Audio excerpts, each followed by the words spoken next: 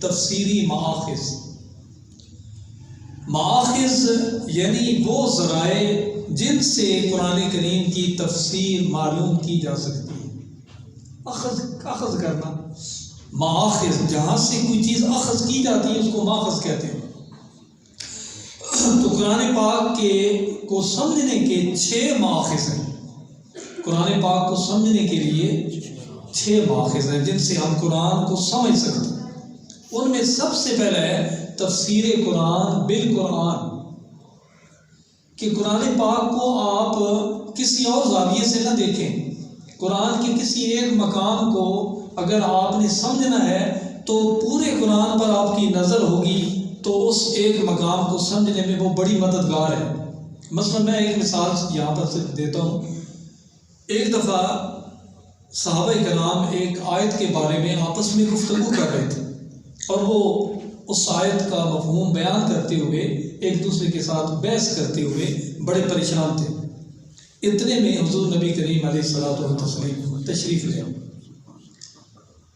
تو صحابہ کرام نے عرض کی یا رسول اللہ، اللہ پاک کا فرمان ہے قرآن پاک میں الذین آمنوا ولم یلبسوا ایمانہم بظلم اولئک لہم الامن وہم مہتدون، کہ جو لوگ ایمان لائے اور انہوں نے پھر اپنے عمل کو کسی اور چیز کے ساتھ ملوث نہیں کیا، کسی ظلم کے ساتھ، کسی زیادتی کے ساتھ، وہ قیامت کے دن امن میں ہوں گے، یعنی جنت میں جائیں گے اور وہ ہدایت یافتہ ہوں گے. تو وہ یہ بحث کر رہے تھے آپس میں کہ یا رسول اللہ، اس کا مطلب تو یہ ہے کہ کوئی بندہ دنیا میں کوئی زیادتی نہ کرے، کوئی چھوٹی سی بھی زیادتی نہ کرے، تب وہ جنت کا مستحق بنے گا. مثلا ہم گلی میں راستے میں چل رہے ہیں، چیونٹیاں کیڑے مکوڑے ہمارے پاؤں کے نیچے روندے جاتے ہیں، تو زیادتی تو ہے نا، ظلم ہے ایک مخلوق پر. بلا وجہ ہم نے ان کو اپنے پاؤں تلے روند ڈالا ہے. جب یہ زیادتی ہوگی تو اس کا مطلب ہے کہ پھر ہم جنت کے مستحق نہیں رہے. یہ ایک تقویٰ تھا، ایک ذوق تھا صحابہ کرام کا. ان کے دل میں یہ خوف تھا کہ کہیں ہم جنت سے معروم نہ ہو جائیں اپنی کسی زیادتی کی وجہ سے، ظلم کی وجہ سے. تو نبی کریم صلی اللہ علیہ وسلم نے ان کے اس خوف کو بھانپتے ہوئے فرمایا کہ یہ اس ظلم سے مراد یہ عام زیادتی نہیں ہے، بلکہ اس سے مراد ایک خاص زیادتی ہے. آپ نے فرمایا، آپ نے قرآن نہیں پڑھا ان الشرک لظلم عظیم، کہ شرک جو ہے یہ ظلم عظیم ہے. یہاں ظلم سے مراد کہ وہ ایمان والے جنہوں نے اپنے ایمان کو شرک کے ساتھ ملوث نہیں کیا، پھر انہوں نے کبھی شرک نہیں کیا، وہ جنت میں جائیں گے. اب قرآن کی تفسیر کس سے آپ نے بیان فرمائی؟ قرآن سے. یہ ہے تفسیر قرآن بالقرآن. ایک اور میں یہاں نظیر پیش کرتا ہوں، یہ بڑی علم کی باتیں ہیں، ان کو ہم نے ذہن نشین رکھنا ہے، یہ آپ کو بڑی کام آئے. سیدنا فاروق اعظم رضی اللہ تعالیٰ عنہ کے زمانے میں 61 سالی ہوگی، بڑا عرصہ سالوں تک بارش نہیں ہوئی، بالکل غلہ ناپید ہو گیا، قلت ہو گئی، لوگ بھوک سے مرنے لگے. وہ حالانکہ صحابہ کرام کا دور تھا، متقی لوگوں کا دور تھا، لیکن ہوا یہ کہ اسلامی جو سلطنت تھی، خلافت تھی، اس کے اندر چوری عام ہو گئی، چھوٹی موٹی چوری. یہ ڈکیتی والی چوری نہیں، چھوٹی موٹی چوری. کوئی کہتا ہے جی میرے گھر سے کسی نے اناج اٹھا لیا ہے، کوئی کہتا ہے جی ہمارے وہ برتن سے کوئی آٹا چرا کر لے گیا ہے. پھر بعض لوگ پکڑے بھی جاتے ہیں یہ چوری کرتے ہوئے. اب قرآن نے ایک سزا مقرر کی ہے چور کی، آپ کو پتہ ہے السارق والسارقۃ فاقطعوا ایدیہما، کہ چوری کرنے والی عورت ہو یا چوری کرنے والا مرد ہو، ان کے آپ ہاتھ کاٹتے ہیں اگر وہ چوری کرے. یہ سزا کس نے مقرر کی؟ اللہ پاک نے. تو شروع میں تو اس سزا پر عمل ہوتا رہا. کچھ وقت گزرا تو سیدنا فاروق اعظم رضی اللہ تعالیٰ عنہ انہوں نے یہ سوچا، اللہ تعالیٰ نے بصیرت عطا فرمائی تھی، وہ ایسے حکمران نہیں تھے، وہ مامور من اللہ تھے، اللہ تعالیٰ نے ان کو مقرر فرمایا تھا۔ تو آپ کی ایک مجلس شورا تھی سیدنا فاروق اعظم کی، اس مجلس شورا میں جو لوگ ممبر تھے وہ زیادہ تر بدری صحابہ تھے، جو صحابہ بدر تھے۔ وہ اس امت میں صحابہ کرام میں سب سے افضل طبقہ بدری صحابہ کا ہے، جن کے اگلے پچھلے گناہ اللہ پاک نے بخش دیے تھے، ان کے تقوی کی ضمانت تھی یہ اس بات کی۔ تو سیدنا فاروق اعظم نے مجلس شورا کا اجلاس طلب کیا اور آپ نے یہ مسئلہ ان کے سامنے رکھا۔ آپ نے فرمایا ہم لوگوں کے ہاتھ کاٹ رہے ہیں اور چوریاں بہت زیادہ ہو رہی ہیں، اور اگر یہی روش قائم رہی تو کچھ وقت کے بعد آدھی قوم تو ہاتھ کٹی ہو جائے گی۔ یہ لوگ جو چوریاں کرتے ہیں یہ عادی چور نہیں ہیں، یہ پروفیشنل چور نہیں ہے، یہ مجبوراً جب اپنے بچوں کو بھوک سے بلکتا ہوا دیکھتے ہیں تو ان کا پیٹ بھرنے کے لیے گھر سے نکل پڑتے ہیں، اور یہ بہت مجبوری کے عالم میں کسی گھر سے تھوڑا سا آٹا چرا لیتے ہیں، کسی کا غلہ نکال لیتے ہیں، کوئی کھانے کی چیز نکال لیتے ہیں۔ تو یہ حالت اضطرار میں ہے۔ وہ جو مجلس شورا تھی انہوں نے مشورہ دیا کہ حضور آپ قرآن میں کیسے امینڈمنٹ کر سکتے ہیں؟ دنیا کا کوئی اور قانون ہو تو پارلیمنٹ اس کو منسوخ کر سکتی ہے، اس کی جگہ نیا قانون لا سکتی ہے، لیکن قرآن پاک اللہ پاک کی طرف سے جو فیصلے آ چکے ہیں وہ اٹل ہیں، ان میں تو ہم ترمیم کا اختیار نہیں رکھتے۔ تو اللہ پاک نے جب یہ واضح فرما دیا ہے کہ السارق والسارقۃ فاقطعوا ایدیہما، تو آپ اس پر اجتہاد کیوں کرتے ہیں؟ ان کا موقف اپنی جگہ پر درست تھا۔ وہاں سیدنا فاروق اعظم کی بصیرت کو میں سلام کروں۔ آپ فرماتے ہیں آپ قرآن کو سمجھیں، آپ قرآن کو قرآن سے سمجھیں۔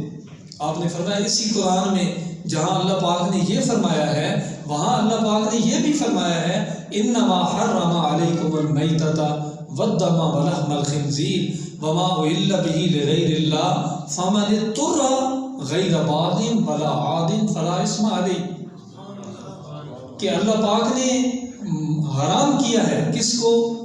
خون کو، مردار کو، خون کو، خنزیر کے گوشت کو، اور اس جانور کو جس پر بوقت ذبح غیر اللہ کا نام لیا جائے اس کو اللہ پاک نے حرام قرار دیا ہے۔ یہ حرام ہے، مطلقاً حرام ہے، لیکن یہاں ایک استثناء فرمایا ہے اللہ پاک نے، ایک ایکسیپشنل لا دیا ہے، فرمایا ہے کہ جو مجبور ہو جائے، فمن اضطر، جو لاچار اور مجبور ہو جائے، غیر باغین، وہ باغی نہ ہو، اس کے ذہن میں اس کے قلب میں بغاوت نہ ہو، لاچار ہو گیا ہے، باغی نہیں ہے، ولا عاد، نہ حد سے پڑھنے والا ہے، تو اللہ پاک نے فرمایا اگر اس کو مجبوراً ان چار چیزوں میں سے کوئی چیز کھانی پڑ جائے کبھی زندگی بچانے کے لیے، فلا اثم علیہ، تو اس پر کوئی گناہ نہیں۔ تو قرآن پاک نے اضطرار کے قوانین بھی بیان کیے ہیں۔ تو جب آپ نے قرآن کی یہ آیت پڑھی اور یہ الفاظ آپ نے تلاوت کیے تو جو بدری صحابہ تھے انہوں نے عرض کیا آج ہی اس آیت کا مفہوم سمجھ آیا۔ تو یہ قرآن کے کسی ایک مقام کو سمجھنے کے لیے پورے قرآن پر نظر رکھنا ضروری ہے۔ پورا قرآن اگر کسی کی سمجھ میں ہوگا تو پھر وہ کسی ایک مقام کی تفسیر اور تشریح کرنے کے بالقرآن، قرآن کریم کی کسی آیت یا لفظ کی تشریح قرآن ہی کی کسی دوسری آیت یا لفظ سے کی جائے۔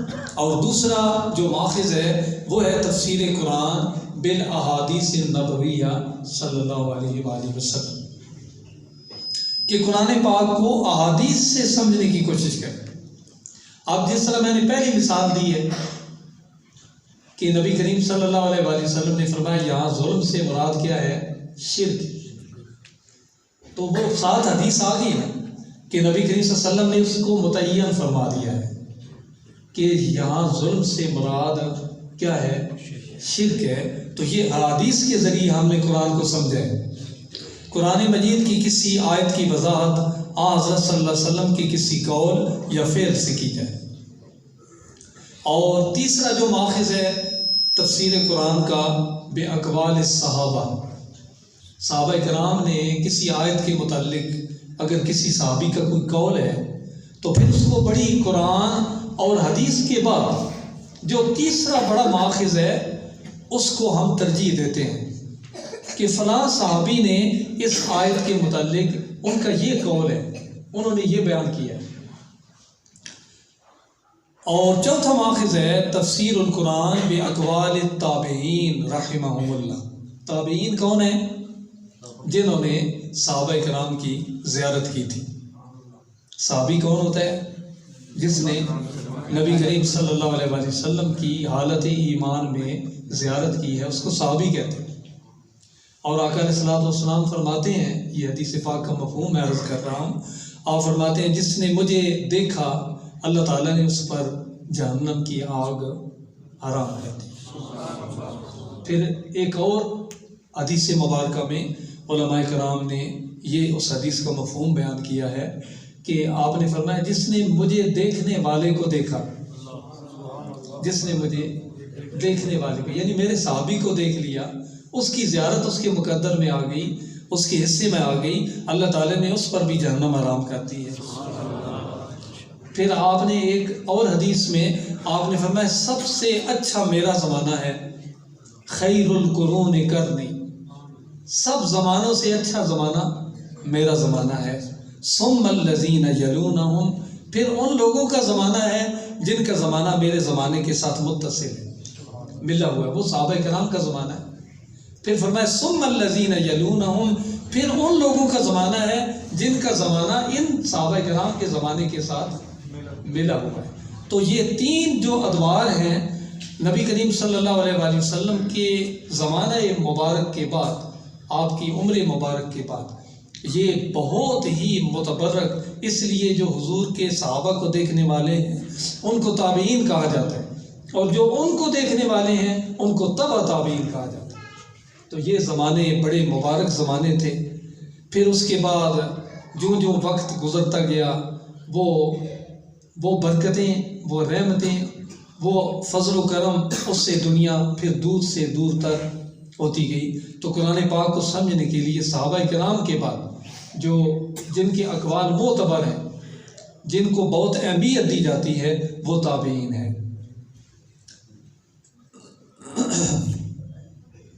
تفسیر قرآن بلغت العربیہ، کہ قرآن پاک کو عربی لغت میں یعنی اس کی ڈکشنری میں ایک لفظ کے جتنے مفاہیم بیان کیے گئے ہیں قرآن کی تفسیر کرتے ہوئے ان کو بھی پیش نظر رکھا جاتا ہے کہ عربی زبان میں اس لفظ کا معنی، مفہوم، کن کن معنوں میں یہ لفظ استعمال ہوتا ہے، تو اس کو بھی مفسرین کرام نے بیان کیا ہے۔ آگے کہتے ہیں تفسیر القرآن بے عقل السلیم، یہ اگلا ماخذ ہے قرآن پاک کا کہ قرآن پاک کی تشریح پوری عقل و دانش کو استعمال کر کے اللہ تعالیٰ نے جو انسان کو فہم عطا فرمائی ہے، جو بصیرت عطا فرمائی ہے، جو اس کے اندر سمجھ ہے۔ حضرت معاذ بن جبل رضی اللہ تعالیٰ عنہ کو نبی کریم صلی اللہ علیہ وآلہ وسلم نے یمن کا قاضی مقرر فرمایا تھا۔ آپ جب جا رہے تھے تو آپ نے ان سے پوچھا کہ اے معاذ، تم لوگوں کے جھگڑوں کا فیصلہ کیسے کرو گے؟ انہوں نے عرض کیا یا رسول اللہ، میں قرآن کے مطابق فیصلے کروں گا۔ آپ نے پوچھا اگر تمہیں قرآن میں کوئی چیز فیصلہ کرنے میں کوئی چیز قرآن پاک کی تشریح میں نہ ملے تو آپ نے فرمایا یا رسول اللہ، پھر میں آپ کے قول کو ترجیح دوں گا۔ پھر آپ نے پوچھا اگر میری بات میں بھی تمہیں کوئی ایسی نظیر مثال نہ ملے پھر کیا کرو گے؟ تو آپ نے عرض کیا یا رسول اللہ، پھر میں اپنی پوری سمجھ جو اللہ پاک نے مجھے عقل اور سمجھ عطا فرمائی ہے اس کو میں بروئے کار دوں۔ تو جب انہوں نے اس بات کا اظہار کیا تو آپ نے بڑی خوشی کا اظہار فرمایا۔